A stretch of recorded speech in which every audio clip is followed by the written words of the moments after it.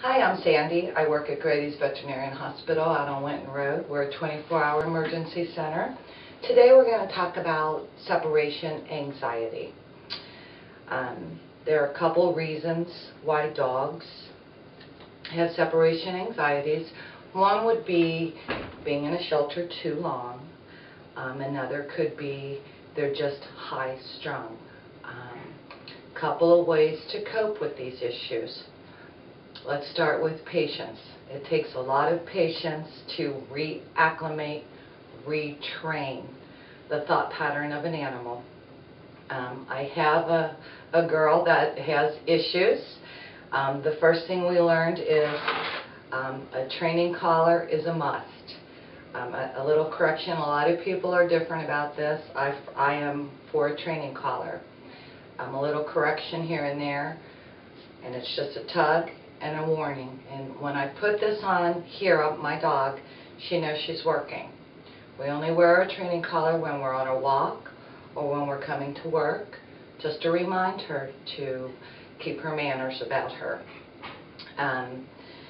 The other thing I've learned with Hera and separation anxiety is activity and exercise. I can't tell you how much time you need to spend with walking your pet, spending time with your pet. When I first come home and walk through the door, she's in her crate. We have learned to crate train. I highly advise anyone that has a pet, for safety reasons, to crate their pet while they're not at home. That's their private area. That's where she eats. That's where she feels most comfortable. I only lock the door when I'm not going to be at home. Otherwise, she eats in her crate and she sleeps in her crate. She naps in her crate. But when I first come home from work and I enter the door, she is barking crazily. The one thing you do not want to do is acknowledge that. I do not even go near her, look at her, or speak to her until she's quiet. And once that happens, I walk over, I let her out, I give her a good pet, and then I give her a play toy. As you can see, she's worn these out, but these are wonderful. These are Kongs. These are things I leave in her crate when I'm gone. Kongs are great. As you can see, she has a cookie in hers. Peanut butter works great. Again, these are comforting things for them. We look at them as toys, but these are their little friends. Her bear, these are things that she has with her or in her mouth. The other thing I suggest when we're learning the crate, because that's not an easy task either, that we use a gate. Gate her off. The worst thing you can do with separation anxiety would be to enable it. And when I say that is acknowledge it when they're misbehaving. You can't say, it'll be okay, it'll be okay. Remember this. When you're worried, your pet's going to be worried. So these are things that are very, very important. You need to ignore the bad behavior. The gate works great.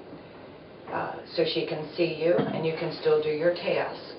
And then every once in a while step out of sight and see how we're doing with the gate. Each day will be an improvement. What you don't want to do, though, is go over to the gate and say it's going to be okay, it's going to be okay. Those are all wrong. You're given mixed signals. Because now, again, if you're worried, they're going to be worried. Different tricks that I have learned is when I grab my keys, my dog thinks I'm leaving, and immediately she starts her panic mode. So I make sure before I leave for work that she's had a good walk or a good run. So I know she's going to be tired in her crate while I'm gone. I give her her comfort things, whatever they would be. And then I try different techniques. I quietly, put my things at different doors. I'm not a habitory person. Sometimes I'll go out the front door. Sometimes I go out the garage door. Sometimes I go out the back door. And it's because I don't want my dog to think I'm leaving her again all day. And a lot of issues I have found come from being in the shelter too long or abandonment. They need to learn to trust and know that they're in their forever home and be secure. So again, I talked to you about patience. It's not going to happen overnight. It takes time. If you've tried for months on techniques, then it's time to maybe talk to the doctor about anxiety medicines. And there's nothing wrong with that. If that is going to make your pet more happy and comforted while you're gone, then that's a solution that we can offer. But I highly suggest good exercise, routine, and unroutine. And when I mean unroutine, going out different doors, leaving your purse or keys at a different door, so you're not doing the same things every day, because then they're going to know that, oh, she's leaving for the day, or he's leaving for the day. So try different techniques and different doors.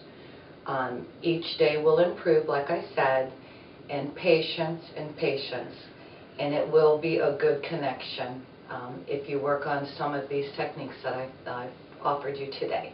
Thank you for listening.